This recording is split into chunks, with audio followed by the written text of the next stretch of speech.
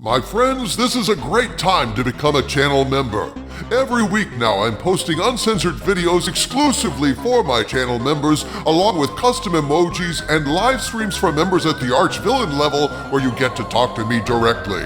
Please consider supporting this channel by clicking the link in the video description and joining us in our fight to save pop culture. And also, check out our Patreon and Subscribestar pages for exclusive content you won't find anywhere else, including Harvey Cthulhu's insane podcasts, photos of my vast toy collection, and members at the Legionnaire level receive a signed photo, membership card, and certificate signed by me. You'll find the Patreon link in the video description as well. Thanks for watching, my friends, and now on to the video. Folks, why is the world going crazy?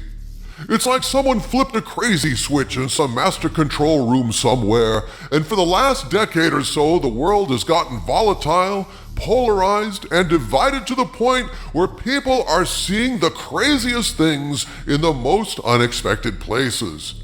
Case in point, fantasy novels.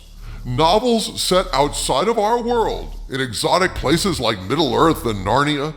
These novels are allegorical things, dealing broadly in symbolic language and images that are meant to get at fundamental truths of existence.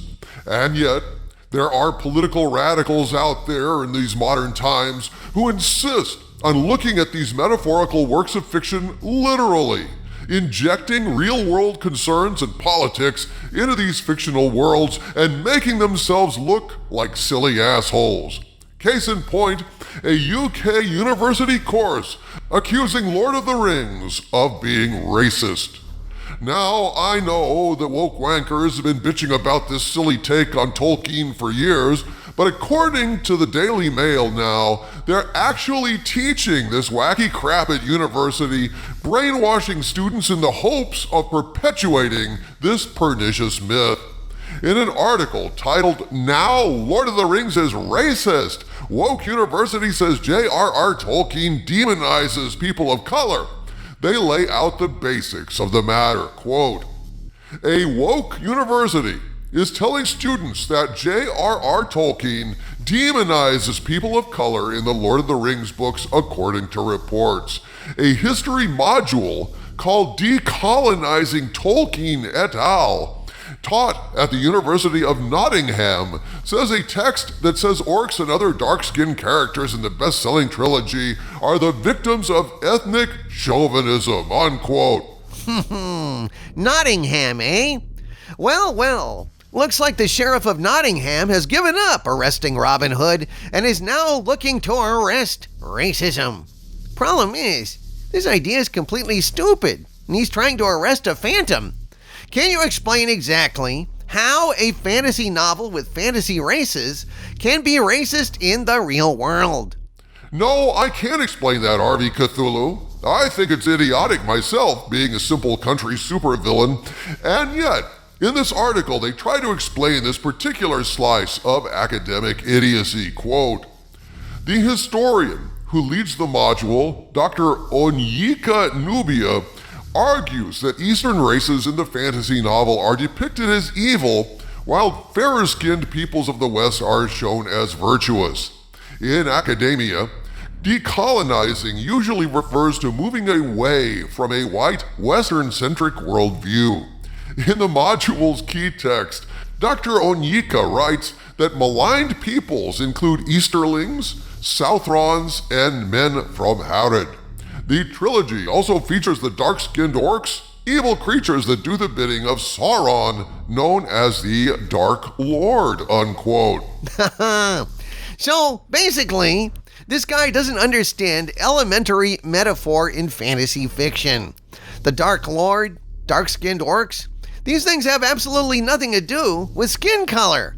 I understand that people obsessed with race, who are building their careers on seeing racism everywhere, are going to say stuff like this, but this Nubia guy is superimposing his own obsessions on Tolkien's work.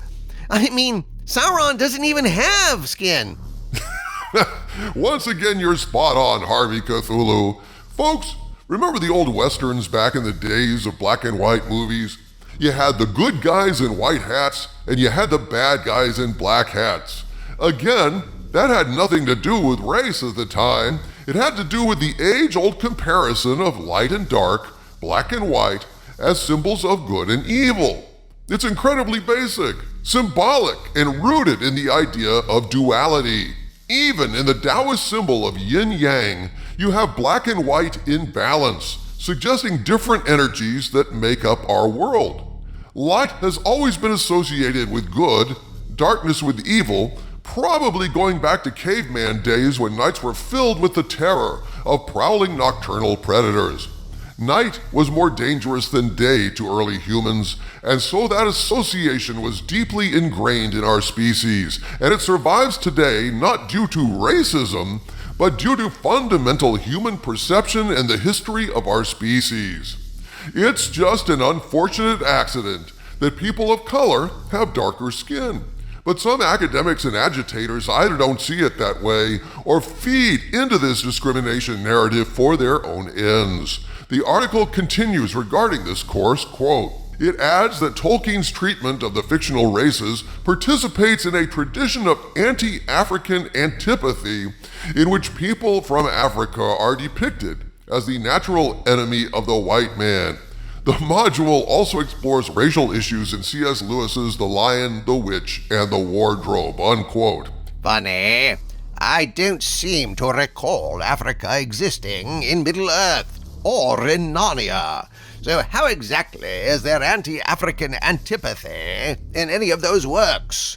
Lord of the Rings is entirely set in a fictional world, a heavily symbolic parable about good and evil, light and dark, with some races aligned with evil being dark, just like bad cowboys used to wear black hats. If you see racism in this basic symbolism, perhaps it's coming from you rather than the work. Precisely spot on, O Skull of Calderon. A lot of these woke academics are concerned with these issues because woke academics gotta eat. They gotta get students. They gotta get their courses up and running.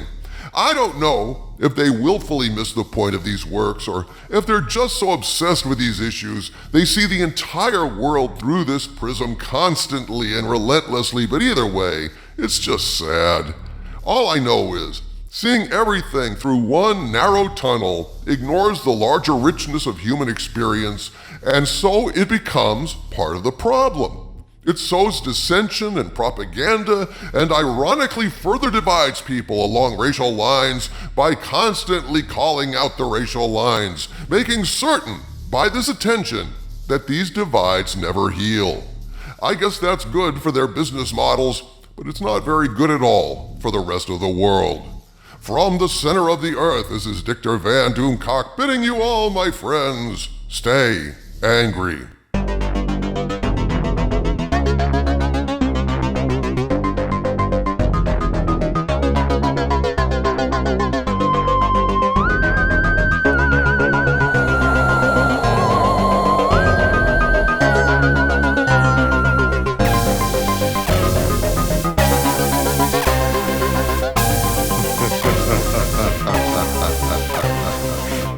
Ha ha ha ha ha ha ha ha ha ha ha.